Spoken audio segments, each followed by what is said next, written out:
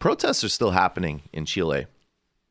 Protests are happening globally. I mean, it really is one of the big untold stories of the moment, I would say, outside of some aspects of independent media. From Iran to Haiti, from France to Lebanon. If we properly understood what was happening in Sudan, it's part of the same dynamic. And there's actually been social mobilization in South Africa on similar lines for several years. I think in some ways I agree with the analyst Pepe Escobar that in Latin America, it's every place has its unique, and by the way, Hong Kong, some people don't like this. Hong Kong does have a labor dimension. Absolutely. It's complicated by other factors, but there absolutely is a labor dimension. And I will also note for folks that the non-mainland aligned factions dominated in elections. All that being said, I do think Pepe Escobar is right that in Latin America, in some ways, it is the most distilled and clarified, because this is clearly, whether we're talking about Colombia, whether we're talking about Chile, whether we're talking about Ecuador, or the positive scenes to some extent that we've seen in the election in Argentina, or AMLO's popularity in Mexico, that neoliberalism is really the clear target here. And of course, the brutal state repression, which you see in Ecuador, and you see very much in Chile, which has definitely developed a very different reputation post-Pinochet as being much more sort of developed and so on. Police have been violently cracking down on demonstrations in Chile since they begun. There are protests where young people are marching with patches over their eyes to show the rubber bullets that have been intentionally shot in their eyes and blinding many of them. This is a reporter, I just came across this morning, Camila at Telesur. Now, again, I think Telesur is a very good source. It is a clear, I mean, it takes funding from the Venezuelan government.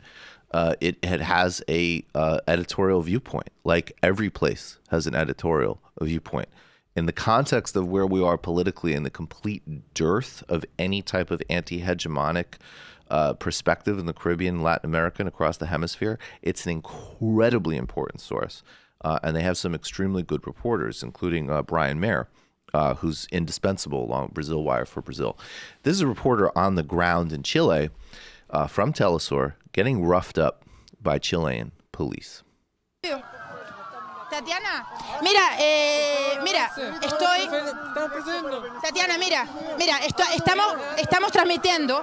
Mira cómo se nos acercan. She's trying to do a report. Mira, nos van a mojar. No nos permiten seguir con el despacho. And they're circling her and hounding her. ¿Por qué no puedo seguir transmitiendo? Estamos procediendo, por favor. En directo en el noticiero estaba hablando, señor. Avance, por favor. Bueno, no puedo. Mire, me están empujando, Tatiana. Es imposible trabajar así. Te voy a mostrar. Nos vamos a caer. Mira, por favor, hacia el otro, hacia atrás. Mira hacia atrás. Están empujando al camarógrafo. Lamento que este despacho sea de estas características, pero realmente es muy difícil. Avance, por favor, así. They're still blocking her shot. No sé. She's saying it's impossible to work this way. Yeah, you can understand? Tell us if you tell anything you understand, please. Avance, por favor. Avance, por favor. No me quiere dar explicaciones. He's not letting me explain. Porque me están sacando. Pero me están... Estoy al aire. ¿Me puede dar una explicación porque no puedo terminar? ¿Sabe qué? No me empuje, por favor. Señor. Avance, por favor. Bueno, Tatiana. Bueno, it's such an amazing dynamic because if the cameras weren't there, you know it'd be a lot. Oh, El estudio yeah. que hizo Carabineros de Chile es un estudio que But they're intimidating her viciously. Still, yeah. Dentro del carro lanzaguas. Como podemos ver, es un estudio preliminar. Incredible poise que from this se hizo, reporter. Con el Colegio Farmacéutico de Chile, por favor. Por favor, fue el Colegio Farmacéutico de Chile, el Colegio Médico, donde se hace el hallazgo. Probablemente, cuidado, probablemente no quieren que esta información se conozca. Nosotros estábamos en absoluta calma haciendo un despacho dentro arriba, justamente para no entorpecer el lugar de carabineros. El carabinero con el casco E20 está empujando a nuestro camarógrafo. A mí me están golpeando por atrás.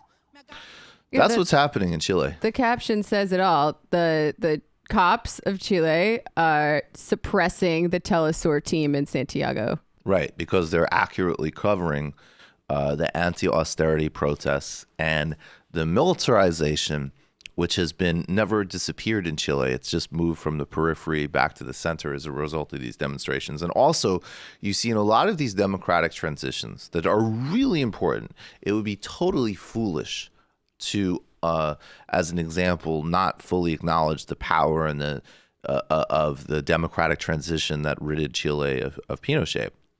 But in these negotiated transitions, even as there was mass mobilization, and there needed to be negotiated transitions, that's the political reality, the core economic frameworks were not put into play. And as long as the core economic frameworks aren't put into play, you still have extractive system in terms of resources that are incredibly harmful to indigenous and First Nations communities.